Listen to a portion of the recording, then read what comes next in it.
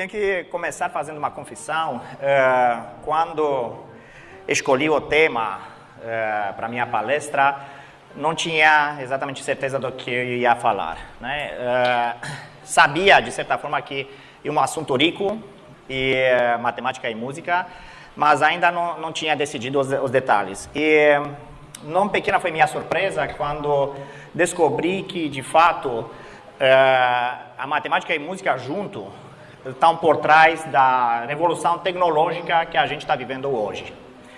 E, embora eu não vou falar muito dessa revolução tecnológica e da parte técnica, vou tentar, pelo menos, compartilhar com vocês essa minha descoberta. Então, a parte de matemática que está na música e como que isso se liga de física, de transmissão de informação de hoje em dia, certo? Então, para quem estava esperando que eu vou tocar alguma coisa, estou com medo que vou desapontar. Também não vou cantar, não tenho exatamente a voz do Michael Jackson, mas preparei um filminho e tem um pouquinho de música aqui, certo?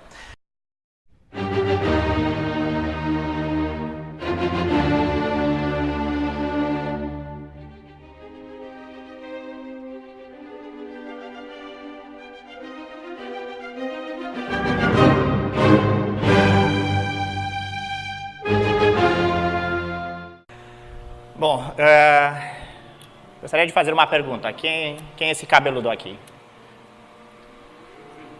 Ludwig, né? Ludwig van Beethoven, certo? E o que está tocando? Bom, é a Quinta Sinfonia, né? O começo da Quinta Sinfonia. Então, se nunca viram essa figura ou viram a música, não se preocupe, estão em boa companhia. Parece que numa sondagem na Grã-Bretanha, feita uns anos para trás, uns 30% dos jovens entrevistados disseram que nunca ouviram música clássica, certo? E uns 10% disseram que Boccancini, que de fato é um tipo de queijo, foi um grande compositor. Bom, então, comecei com Beethoven, né? E ele é uma figura absolutamente incrível na história da música clássica e na história da música em geral. Então, o que faz Beethoven tão especial é que, a partir da idade de 30 anos, ele já começou a ficar surdo. E, de fato, a última parte das composições deles, que são também aquelas mais apreciadas, foram compostas durante o período quando ele era completamente surdo. Isso não foi somente um boato, isso foi confirmado também na autopsia que foi feita depois da morte dele. E a gente sabe também dos cadernos de conversa que ele guardou, né? Então, na última parte da vida dele, não conseguia se comunicar mais com os amigos e utilizava cadernos de conversa. Diz a lenda que depois da primeira depois que a nona sinfonia foi tocada para um público, e ele insistiu muito que ele conduzisse essa sinfonia, só que ele era completamente surdo. Então um outro condutor falou para a orquestra prestar atenção para ele, não para Beethoven. Tanto é que no final da sinfonia, o público se levantou, aplaudiu, só que ele não ouviu nada, ele ficou de costas. E teve alguém para virar ele para ver o sucesso. Dá para ouvir? O sucesso dessa sinfonia. As razões para as quais ele ficou surdo são desconhecidas. Alguns pensam que foi uma doença. Também diz a lenda que ele tinha esse costume de ficar acordado e colocava a cabeça na água fria, na água gelada, certo? Isso pode ter afetado o ouvido dele. Bom, no que segue, eu quero colocar um pedaço de música um pouquinho mais leve, mais melódico, também uma composição de Beethoven, dessa vez no piano.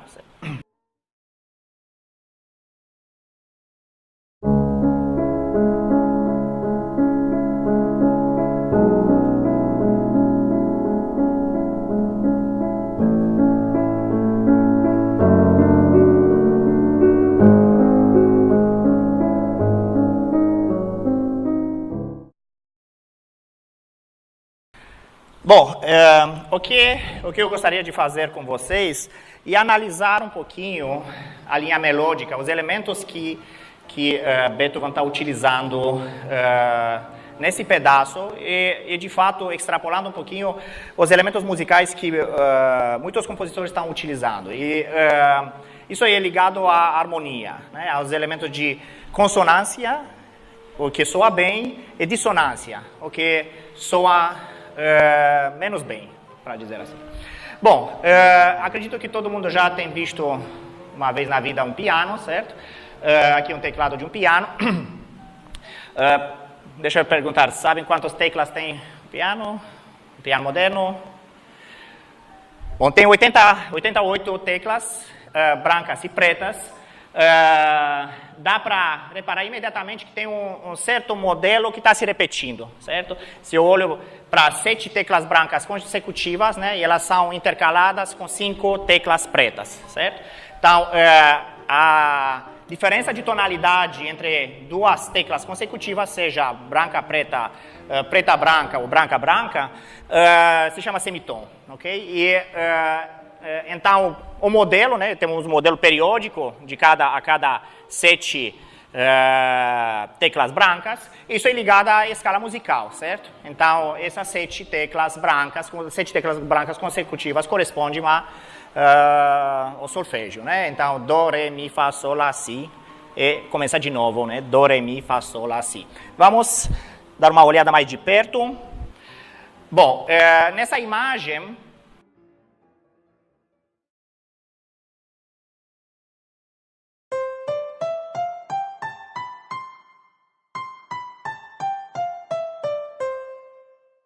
bom, todo mundo reconheceu isso. Então, deixa eu voltar para o que o Beethoven está utilizando na música, né? Está utilizando a assim chamada triada, né? Então, a parte melódica que se repita, né, no início da Monata do Luar, é uma triada formada de 3 notas, evidentemente, mas essas 3 notas não são escolhidas aleatoriamente, né? Tem uma certa diferença de tonalidade entre cada duas dessas três notas que produzem um som harmônico, né, que produzem uma consonância. Nesse pedaço que acabamos de ouvir. Bom, então foi um Ré, um Fá sustenido e um Lá, certo? Então, o Do começa aqui, né? Do, Ré, Mi, Fá, Sol, Lá, Si e de novo Do, né? Então, a primeira nota e a quinta formam o que se chama uma quinta maior, extremamente utilizada na música. E dizemos o par de notas que soa mais harmonioso depois de pegar o par Do e Do da próxima oitava, né? Vamos dizer que o mais harmonioso, embora monótono, é o uníssono, né? E tocando sempre a mesma nota com a mesma frequência, Do, Do, Do, certo? Então, a primeira tecla e a quinta tecla formam uma quinta maior e uma diferença de 7 semitons aqui, né? Se contar também as teclas pretas. Enquanto a primeira tecla e a terceira tecla formam uma terça maior, uma diferença de 4 semitons, certo? Então, o que eu gostaria de explorar com vocês é essa ideia, por que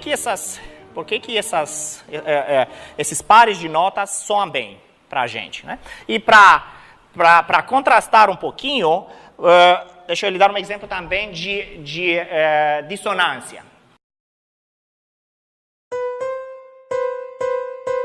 Acabaram de ouvir também um par de notas que Beethoven está utilizando na Monata do Luar, e foram 7 e 8, as notas 7 e 8, Si e Do na imagem anterior, certo?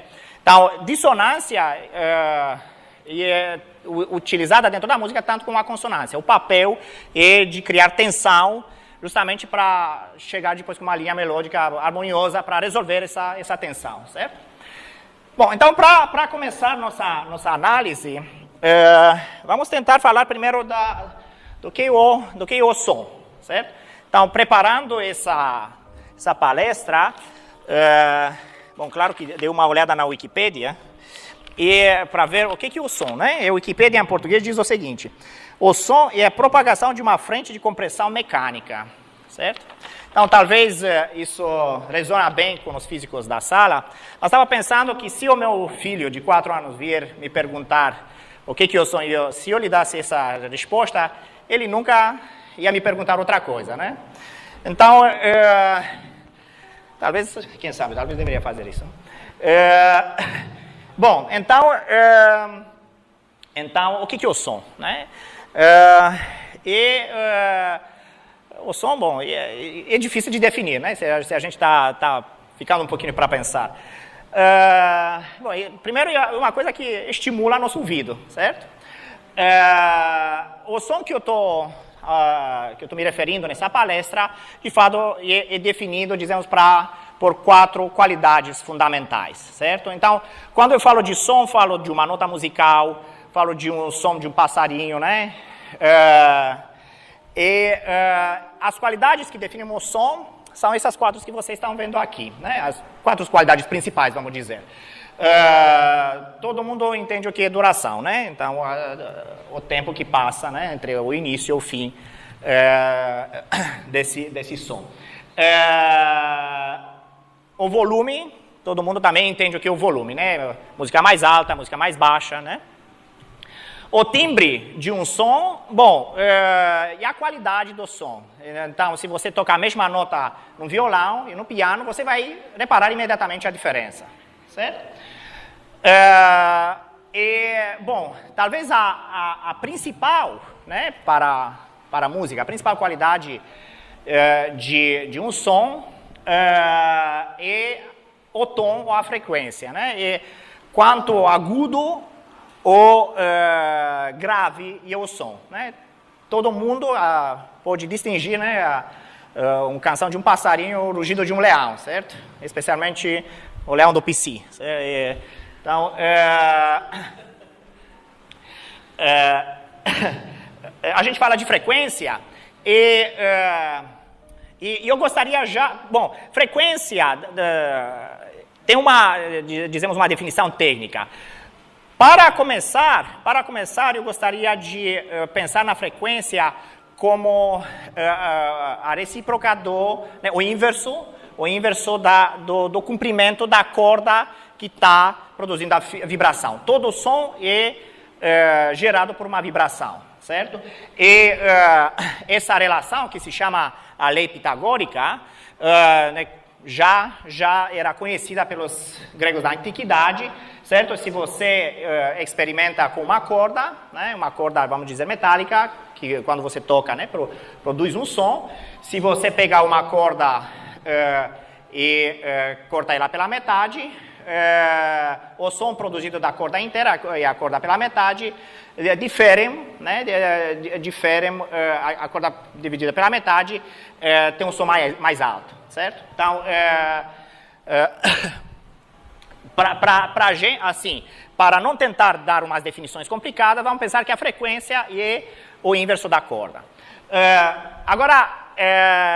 O inverso do comprimento da corda. Agora, com o passar do tempo e com mais experimentação, o pessoal adivinhou que, de fato, a frequência, né, se você está brincando com a corda, com cordas, né, a frequência depende não somente do comprimento, mas depende também da grossura da corda. E, de novo, inversamente proporcional, certo?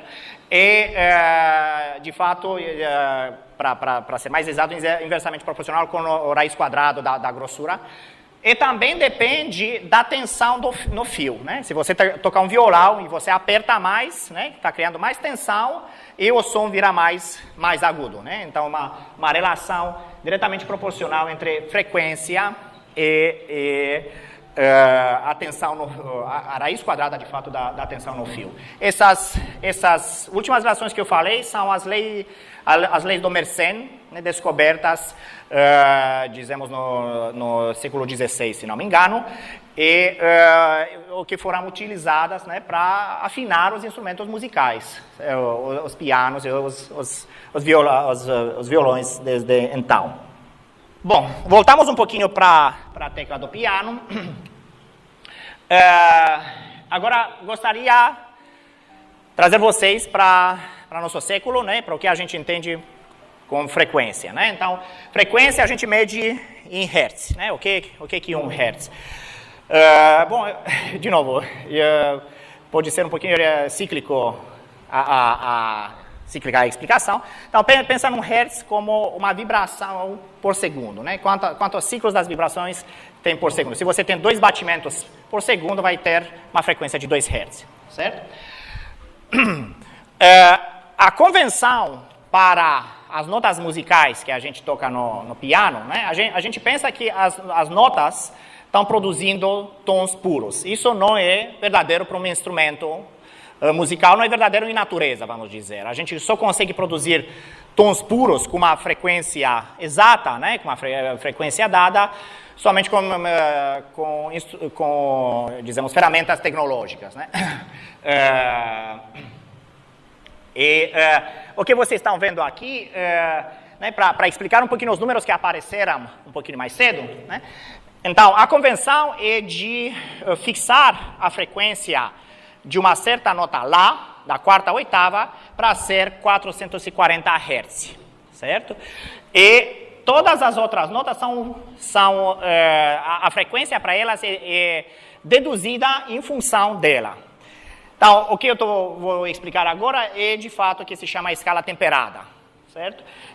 Que é mais utilizada hoje em dia para afinar instrumentos musicais. É uma escala que é mais equilibrada. Então, fixamos essa nota Lá de 440 Hz e quando a gente muda de uma nota para outra, a frequência muda multiplicando se a gente vai da esquerda para a direita, né, ampliando a frequência, entre 2 notas consecutivas, a razão das frequências é de 2 a 1 sobre 12.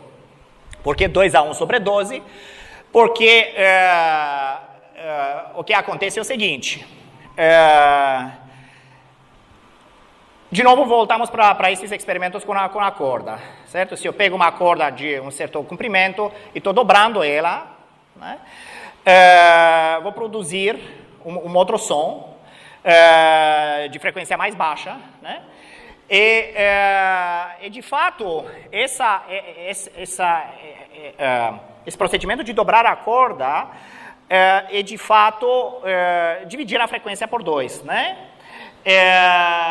E a convenção é que isso de fato é a nota Dó em 2 oitavas diferentes, ou a nota Ré em 2 oitavas diferentes. Então, se a razão entre 2 notas é de 2, de fato a gente está lidando com a mesma nota em 2 oitavas consecutivas, certo? Bom, então esse Lá daqui, vamos dizer assim, tem 440 Hz.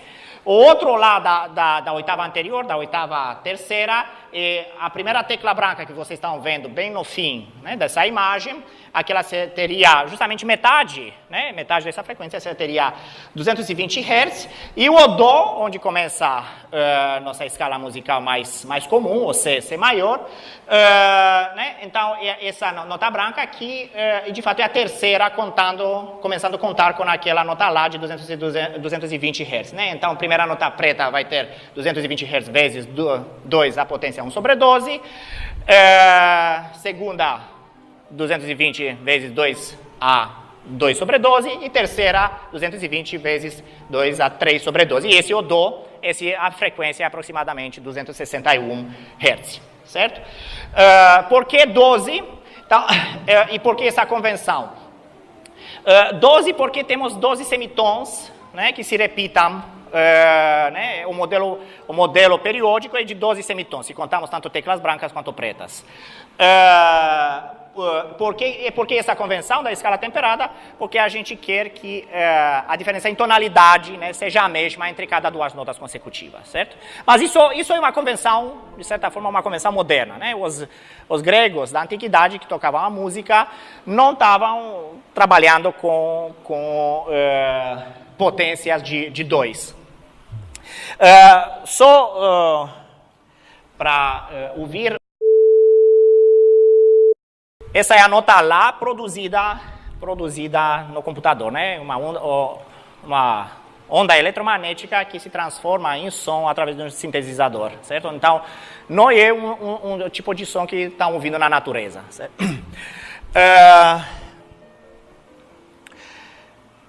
Bom, por que não está lá?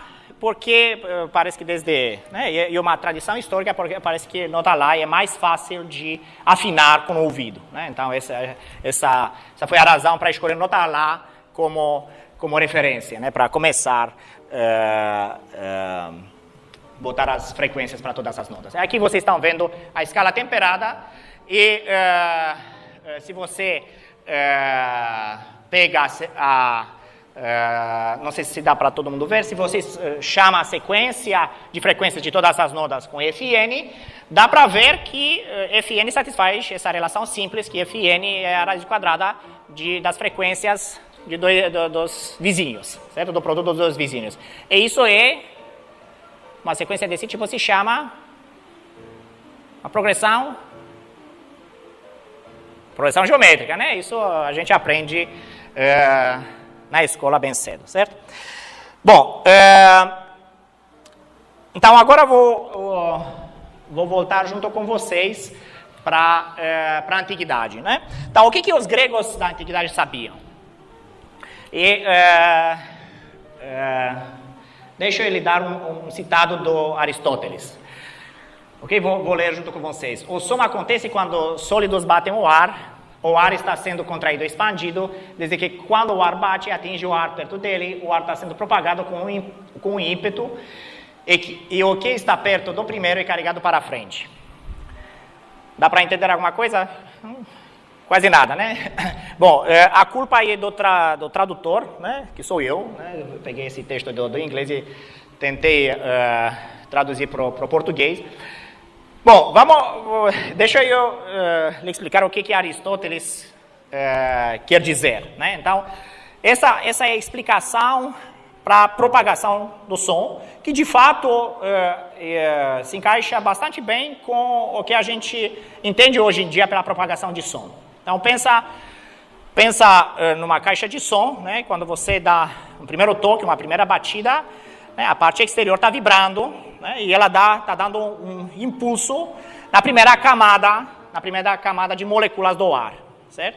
E essas moléculas do ar, o que vão pegar essa energia e bate na segunda camada, se dá para imaginar, né? Essas camadas organizadas desse jeito, né? Dá um impulso, mas também está recuando, né? Cada ação tem uma reação. Então, o que está sendo transmitido é de fato energia, certo? E a primeira camada transmite energia para a segunda para a terceira, assim para adiante. Não é o caso que uma molécula está viajando da fonte de som até o nosso ouvido. Vocês podem entender isso rapidinho pensando num outro tipo de onda, que é pensar no mar, né? Se você tem uma bola no mar, um pouquinho mais distante de vocês, estão vendo a onda, e talvez a onda venha direito para vocês, e a bola está nessa direção. Mesmo assim, a onda não vai trazer a bola para vocês, né? Talvez vai movimentar ela um pouquinho, mas não vai chegar até os seus braços, certo? Isso porque não há transferência de massa, né? É somente transferência de energia, isso que acontece. Então, talvez com essa ideia na cabeça, podemos ler de novo esse citado, mal traduzido, e dá para entender um pouquinho mais, né? Então, Aristóteles explica exatamente isso, a transmissão de som de camada de moléculas de uma camada de moléculas para outra. Claro que eu estou simplificando muito aqui, mas acho que essa é a ideia principal. Bom, então os gregos gostavam de filosofia, gostavam de matemática, gostavam de música, de Aroizara grega, né? Ainda o Baião de Dois não tinha aparecido. Mas o que eles gostavam muito, de razões, certo? Então, como que eles pensavam nas notas musicais, provavelmente, né? Não tinha essa coisa de frequência como a gente entende hoje, né? A noção técnica de Hertz, né? Mas mas mais uma vez, lembra-se daquela lei pitagórica, né? Que a frequência, né? A frequência aqui é uma noção que todo mundo entende no sentido de mais agudo, mais grave, né? A frequência é inversamente proporcional com o comprimento da corda que produz a vibração, certo? Então se você começa a experimentar, vamos pensar agora que somos todos gregos, certo? Da antiguidade. E estamos experimentando com uma corda, certo? Então, primeiro dobramos o comprimento, ou botamos esse comprimento pela metade, né? Cortamos a corda pela metade.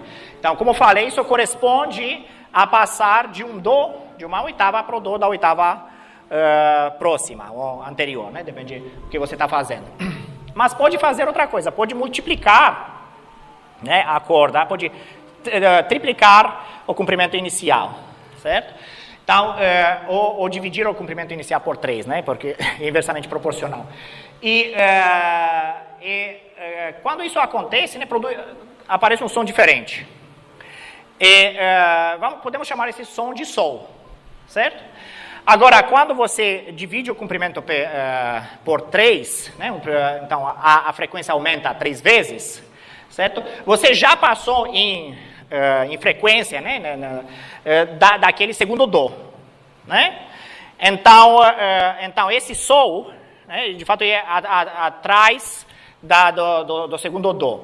Então o que você pode fazer, pode agora dividir a frequência pela metade, quer dizer, multiplicar o comprimento da corda com 2, né? Primeiro dividiu com 3, agora multiplicar com 2, né?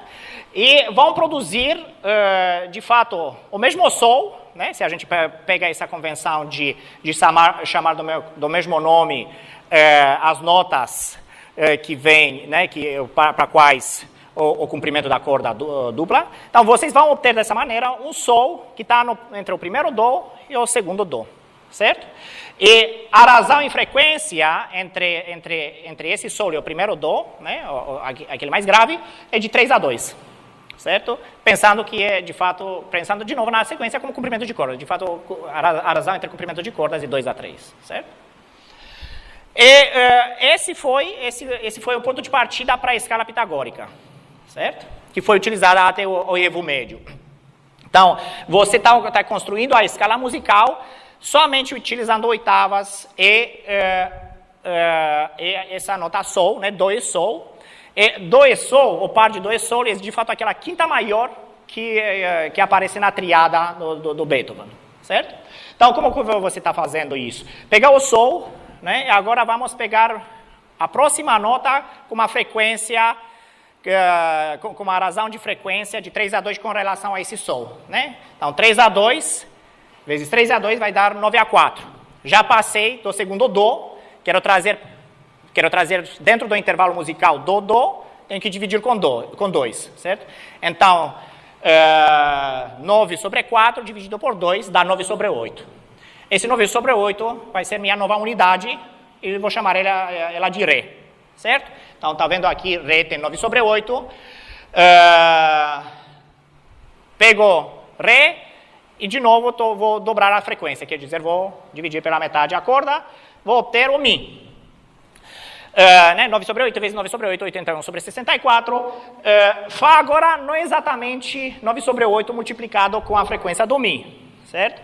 De fato, o que acontece, se a gente prestar atenção, o Fá e o segundo Dó formam uma quinta maior.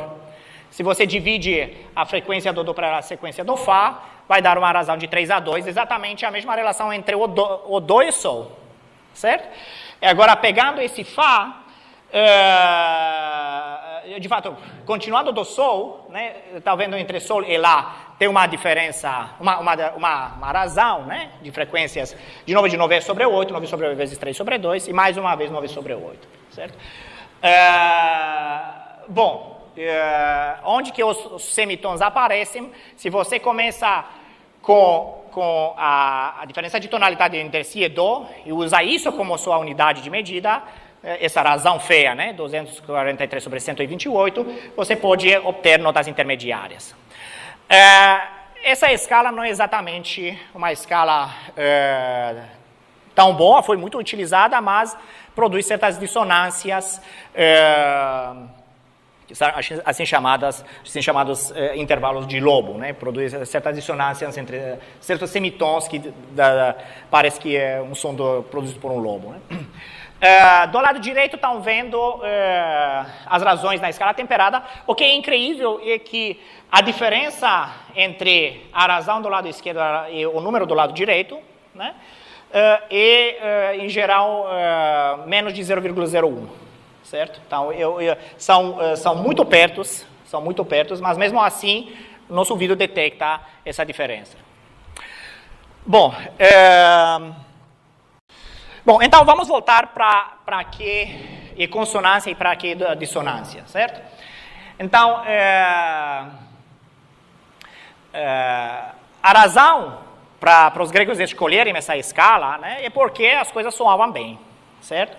E eles repararam que, de fato, as coisas soavam bem quando as razões das frequências, de fato, têm um denominador pequeno, certo? Por isso que se você pegar do e do, né, 2 a 1, se quiser, né, se você pegar mais aguda sobre a mais grave, né, a razão de frequências de 2 a 1, você pegar a quinta justa, né, eu falei quinta maior, né, quinta justa, a razão é de 3 a 2, quarta justa, né? Todas essas receberão nomes desde a antiguidade, né? Então, todos os 3 primeiros exemplos são exemplos de consonância. O terceiro exemplo, o nome me pertence, certo? Razão fé. É um exemplo de dissonância que eu acabei de tocar para vocês. Né? São as notas si e do. Bom, a gente gostaria de entender se existe uma explicação científica, né? É claro que isso é também uma coisa de gosto, uma coisa de treinamento do ouvido, né? E a gente está tentando explicar isso, né? Essa história, utilizando nosso entendimento da música, que dizemos, nossa cultura é uma cultura ocidental, né? Os orientais, né, tem outras escalas que estão utilizando, e as coisas que às vezes a gente chama de dissonantes, para eles pode ser consonantes, né? Pode ser harmoniosas, certo? Então, claro que em toda essa discussão existe um elemento subjetivo da percepção da harmonia. Antes de começar a falar mais um pouquinho de matemática, então, deixa eu lhe dizer qual é uma possível explicação para essa harmonia. Certo? Então, já lhe disse que quando a gente está tocando uma corda, né, de fato, a gente não está produzindo uma frequência perfeita, né? Então, não existe tom puro na natureza. Então, quando a gente toca uma corda, de fato, a gente produz, né, aquela corda produz vibrações, né, ela produz certas ressonâncias, que são todas múltiplas de uma certa frequência fundamental, certo? Então, quando a gente está tocando um do, por trás, de fato, né, a corda está vibrando e está vibrando a certas frequências, por trás, de fato, a gente está produzindo também um múltiplo de do, um múltiplo da frequência de do. Então, se é 3 vezes o múltiplo da frequência, vai ser um sol. Só que como a frequência, né, mais alta do sol, 3 vezes, né, ela vai aparecer com volume mais baixo. Então, de fato, a explicação pode ser que quando a gente tocar o do, de fato, a gente toca também um sol mais baixo, né? Agora tocamos 2 sol junto, né? Então, aquele sol mais baixo da primeira corda com o sol da segunda corda que a gente toca, entra em harmonia, certo? Então, como é que a gente sabe que produzimos essas frequências, né? E assim chamada série harmônica, certo? Então, quando você tocar uma corda, você está produzindo múltiplos de uma certa frequência. Como que sabemos isso, né? Então, tem uma câmera lenta, né? Que a gente olha e decide que são, né? Temos todos esses múltiplos de uma certa frequência particular, e a resposta é que, de fato, para chegar nessa conclusão, a gente tem matemática, certo? Então, vamos ver qual é a matemática por trás da série harmônica. Essa matemática não era disponível para os gregos da antiguidade. Então, eles não tinham como justificar esse negócio. Talvez eles tinham uma ideia de tons e sobretons, mas a explicação matemática clara só pode ser dada utilizando matemática do século 17 e 18. Né? Então, precisamos de mecânica e precisamos de cálculo para isso. Então, a história começa com um artigo de 1747 do Jean Leron d'Alembert, o cara do lado esquerdo. Então, o que ele fez? Ele descreveu matematicamente um modelo matemático para a vibração de uma corda, certo? E o modelo matemático está escrito aqui embaixo e provavelmente, quer dizer, com certeza, utilizar coisa de matemática acima do que a gente ensina no ensino médio hoje em dia, certo? Essa foi a intenção. Foi a intenção para dizer que, de fato, às vezes é preciso de um pouquinho mais de sofisticação para chegar a um entendimento mais profundo das coisas. Mas, no final das contas, vale a pena, certo? Porque, de fato, entendendo esse fenômeno, a gente entende outros fenômenos também, e esse é o papel unificador da matemática e também da física, certo? Então, junto com D'Alembert, tem mais duas figuras aqui, todos cabeludos, certo? Espero que vocês não peguem a ideia que matemática e música pode ser feita só se você ter cabelo grande. Então, essa era a moda, né? Esse pessoal viveu mais ou menos na mesma época que Beethoven. Então, Euler é considerado o mais prolífico matemático de todos os tempos, né? Se for para botar tudo o que ele escreveu junto, a gente teria uns 60, 80 volumes, certo? E quando falo volumes, falo tijolos, certo? Bernoulli e Euler tiveram o mesmo educador em matemática, que foi o pai do Bernoulli. Talvez um pouquinho de fofoca aqui não faz mal. Então, Bernoulli foi o nome de uma família de matemáticos e comerciantes bélgicos. E o nome é ligado de várias noções que a gente encontra na matemática. Números de Bernoulli, distribuição de Bernoulli, equação de Bernoulli. Então, a coisa engraçada, eu achei engraçada, é que, então, na época, os matemáticos tinham esse costume de se desafiar, né? E, às vezes, né, nesses desafios, tinha também prêmios dados pelos nobres, né? E o pai, né, então, esse é Daniel Bernoulli, o pai dele se chamava Johann, desafiou e brigou tanto com o irmão dele, Jacob Bernoulli, quanto com o filho, Daniel Bernoulli. E para ganhar um desafio, esse pai mala, né, antedatou um artigo dele, então, com 2 anos, somente para dizer que ele fez antes do filho. Né? Então, como que esses nomes são relacionados à equação da corda vibrante? Então, o primeiro artigo foi escrito por D'Alembert, teve uma confusão, naquela época não era clara a noção da função, Euler veio e deu uma outra interpretação, Bernoulli escreveu a solução, então D'Alembert já escreveu a equação e deu a solução que a gente ensina hoje em dia os nossos alunos no curso de equações com derivadas parciais. Euler contestou, né, a noção de função que D'Alembert deu. Bernoulli veio e escreveu a solução com uma série. Isso inspirou o Fourier para construir a teoria dele. Talvez muita gente daqui conheça o teorema de Fourier, que toda função periódica pode ser escrita como uma função de funções trigonométricas, né, com certas frequências. Bom, então, deixa ele explicar um pouquinho a equação da onda, certo?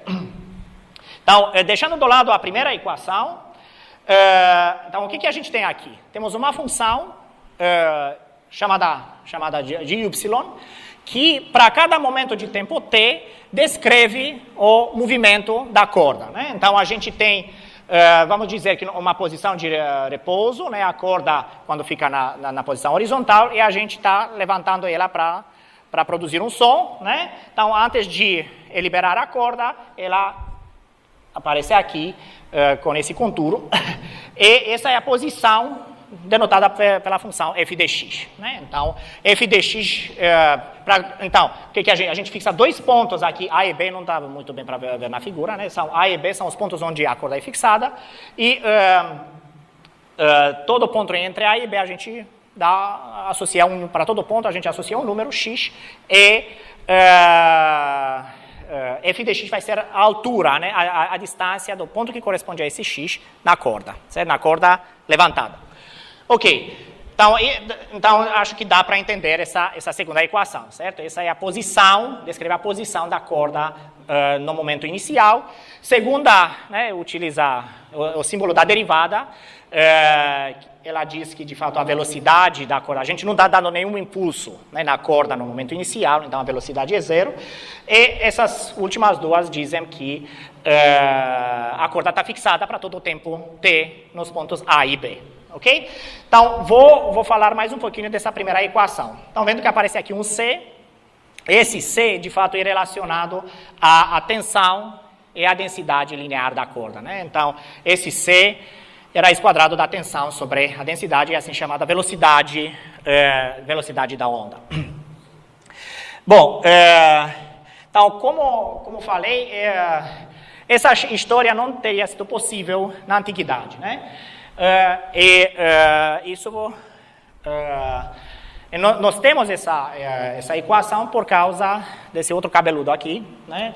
Nosso pai do cálculo e da mecânica, Isaac Newton, certo? Então, não só que na antiguidade não tinha cálculo, mas também só tinha rudimentos de mecânica, certo? Então, a equação da onda, que era aquela primeira equação que não dá, dizemos, para descrever assim, direito para alunos de ensino médio, ela é consequência imediata da segunda lei da mecânica, que diz que a força é igual com massa vezes a aceleração, né? A força que age, né, dentro do fio é, de fato, a tensão do fio, né? Então, se você pegar a componente vertical e descrever ela geometricamente, você acaba com essa relação, certo? Então, C, acabei de explicar o que é a velocidade da onda, mas é a velocidade de transmissão da informação dentro da onda. Essa é a velocidade que a corda está se movimentando na direção vertical, né? Então, a velocidade, a aceleração, né? Então, a primeira derivada é a velocidade, a segunda derivada é a aceleração. E essa outra notação, é a segunda derivada na direção espacial, não vou me atrever a explicar ela, né? Tem um sentido geométrico, mas vai levar mais tempo para eu descrever isso. Então, a parte boa nessa história inteira é que a gente consegue resolver facilmente a equação da onda unidimensional, certo? Então, justamente como a gente resolve x² igual a 1, a gente resolve também a equação da onda. É necessário um pouquinho de mais de exercício, né?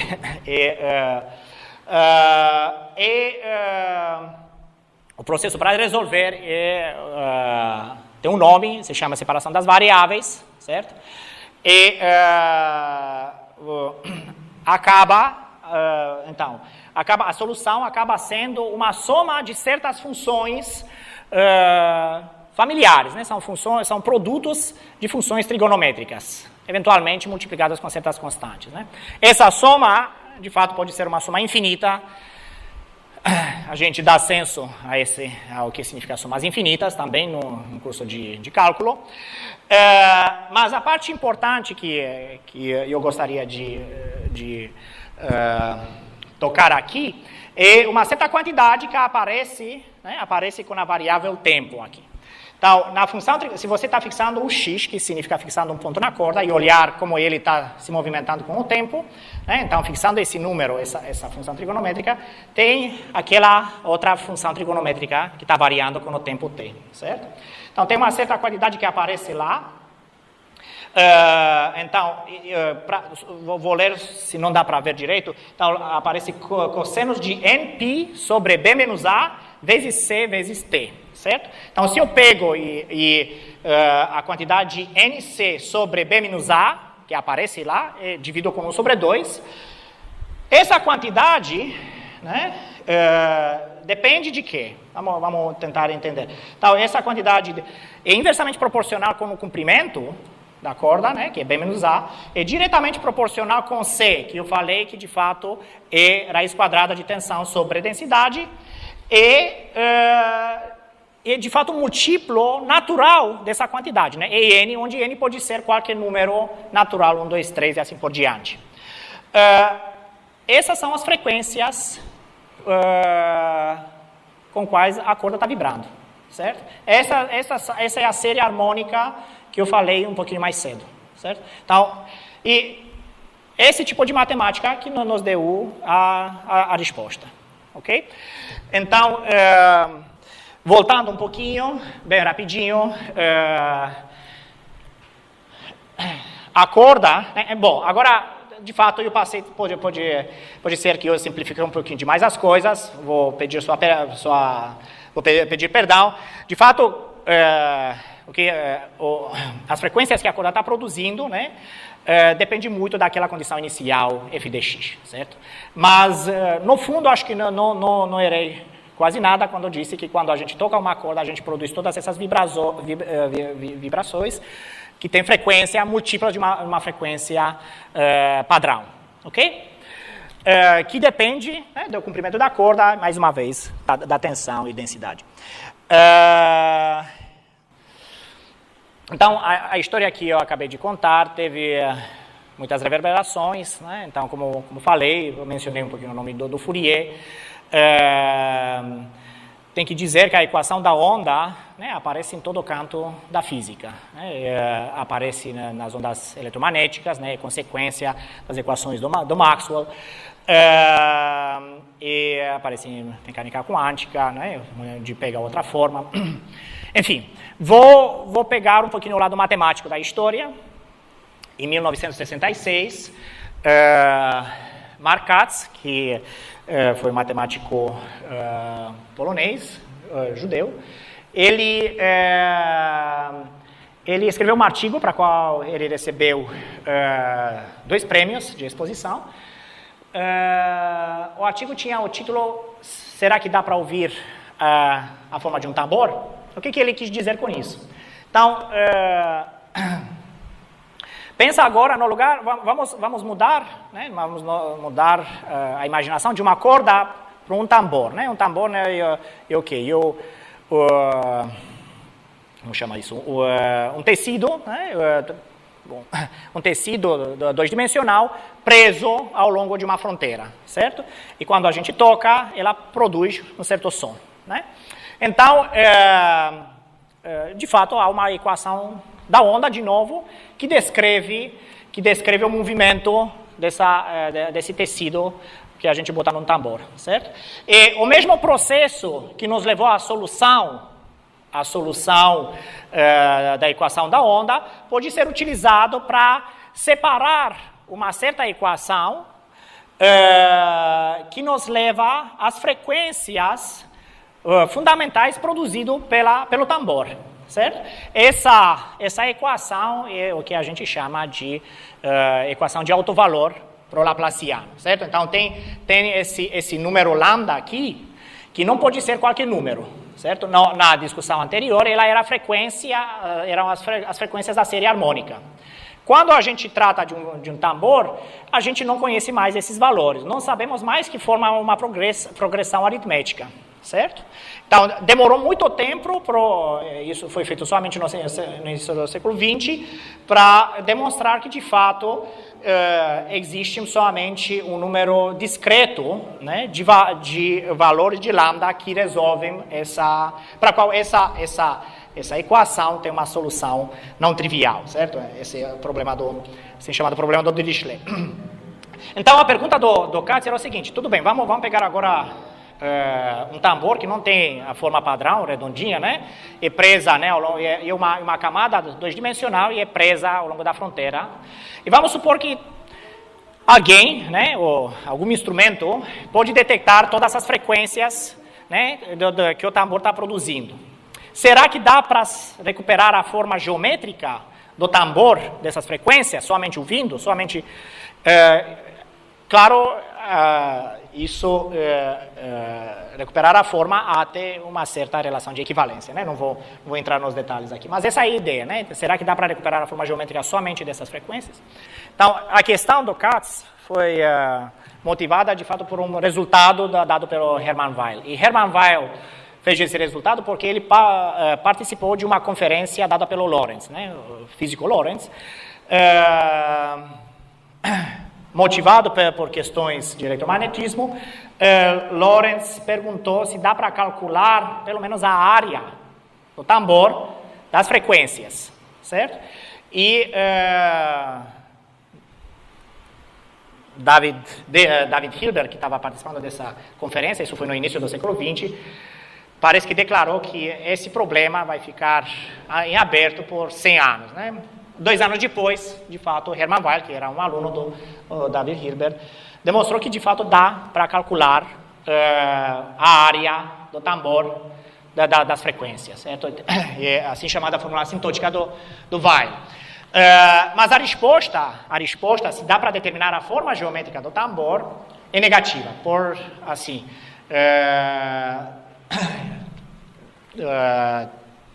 quase imediatamente depois que Katz fez a pergunta, Miller, um matemático famosíssimo, medalha Fields, deu um exemplo de dois donuts, né? Dois donuts de dimensão 16, que têm o mesmo espectro, mas não são isométricos, não são equivalentes, né? E depois a pergunta também foi resposta em negativo. O problema bidimensional, do jeito que Katz formulou, também foi resposta em negativo. Bom, por fim, tem aqui a foto de um professor daqui do Departamento de Matemática, cuja pesquisa lida com essa pergunta, né? Ele publicou vários artigos em jornais internacionais, junto com outros colegas, Fábio Montenegro, né? Então o professor aqui é Gregorio Pacelli Bessa, então junto com Lucchesio Jorge e Fábio Montenegro, publicou vários artigos sobre o tom fundamental. Exatamente, então no título dos artigos dele aparece esse nome, né? O tom fundamental e certas superfícies, certos objetos geométricos. Bom, com isso eu vou encerrar, não antes de deixar vocês na companhia de música e imagens. E, se quiser, depois do encerramento dessa música, posso explicar por que eu botei isso na apresentação.